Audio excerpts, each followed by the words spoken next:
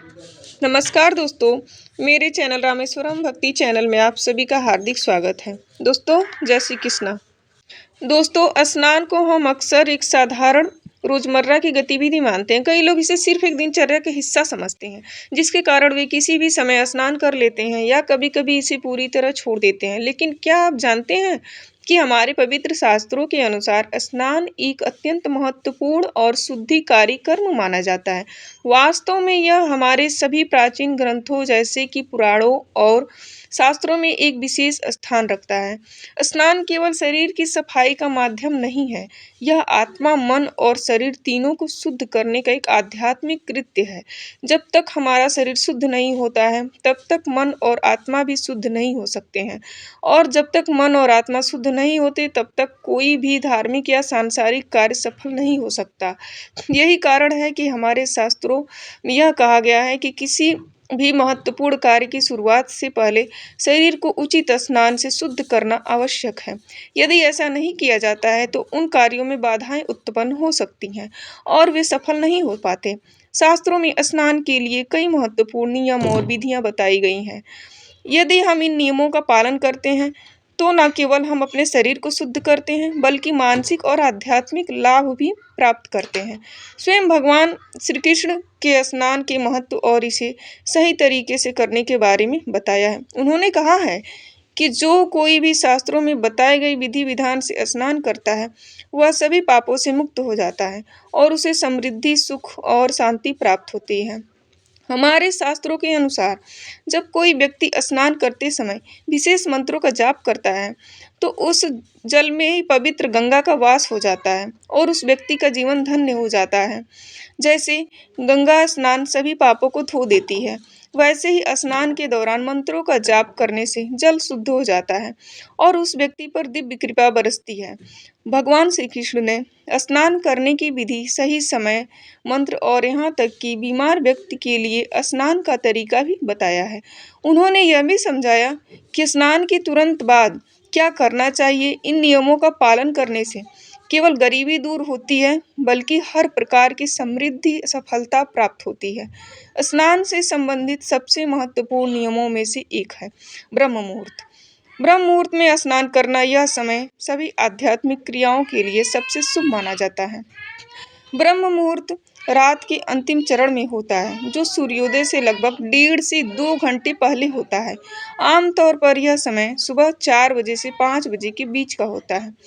शास्त्र के अनुसार इस समय वातावरण में शक्तिशाली और दिव्य ऊर्जा होती है, जो आत्मशुद्धि और प्रार्थना के लिए सबसे उपयुक्त होती है। ब्रह्म मुहूर्त में स्नान करने से न केवल शरीर शुद्ध होता है, बल्कि मानसिक स्पष्टता और आध्यात्मिक जागरूकता भी बढ़ती है, जिससे पूरे दिन के कार्यों में सफलता प्राप्त होती है।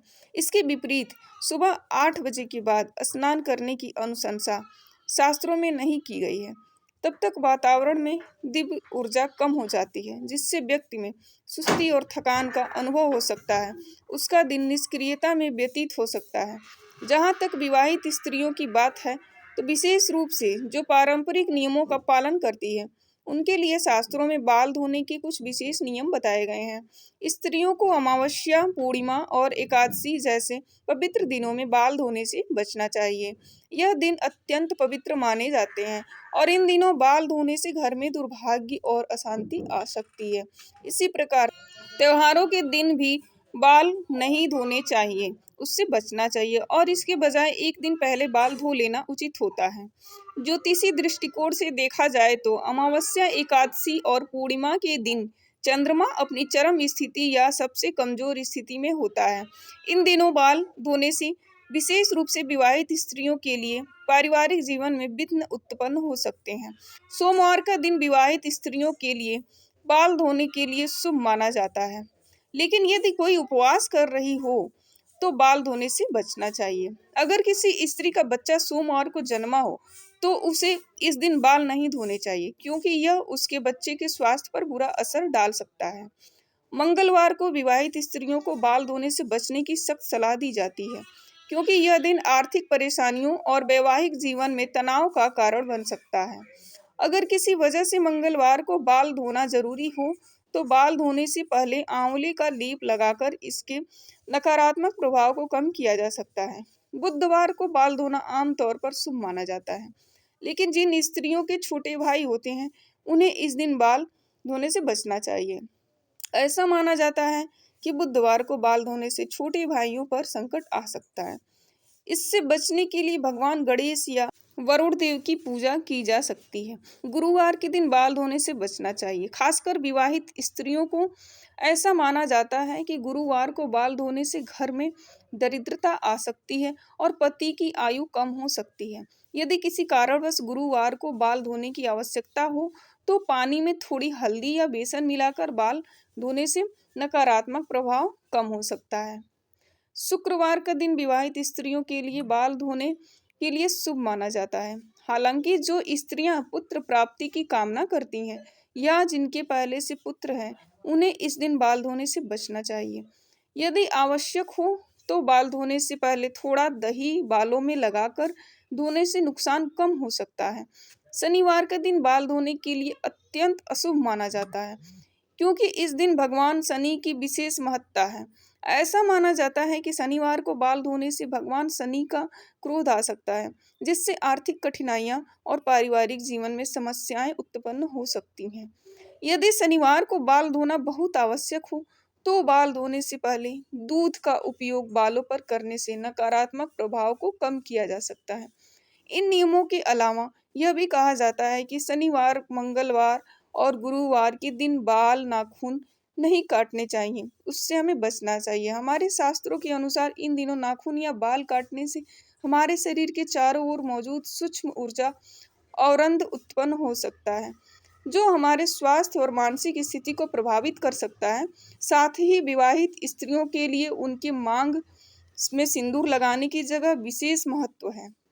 इसे गंगा स्थल कहा जाता है, जो पवित्रता और सौभाग्य का प्रतीक है। इसलिए विवाहित स्त्रियों को सलाह दी जाती है कि जब वे अपने दैनिक पूजा करें तो हमेशा अपनी मांग में सिंदूर धारण करें। पुरुषों को भी प्रतिदिन स्नान करने और बाल धोने के बाद ही धार्मिक कार्यों में संलग्न होना चाहिए। तो दोस्तों, अब आप समझ गए होंगे कि स्नान केवल शरीर की सफाई का कार्य नहीं है, बल्कि यह आत्मा की शुद्धि और आध्यात्मिक उन्नति का माध्यम है। हमारे शास्त्रों में स्नान और व्यक्तिगत देखभाल को लेकर जो मार्गदर्शन दिया गया है, वह हमें न केवल शारीरिक बल्कि मानसिक और आत्मिक शुद्धता की ओर ले जाता है। हम आशा करते हैं कि यह जानकारी आपके लिए उपयोगी रही होगी। यदि आपको यह वीडियो ज्ञानवर्धक लगा हो तो कृपया इसे लाइक करें और नीचे जय श्री कृष्णा जरूर लिखें और कमेंट बॉक्स में कमेंट जरूर करें। प्लीज़ दोस्तों, सपोर्ट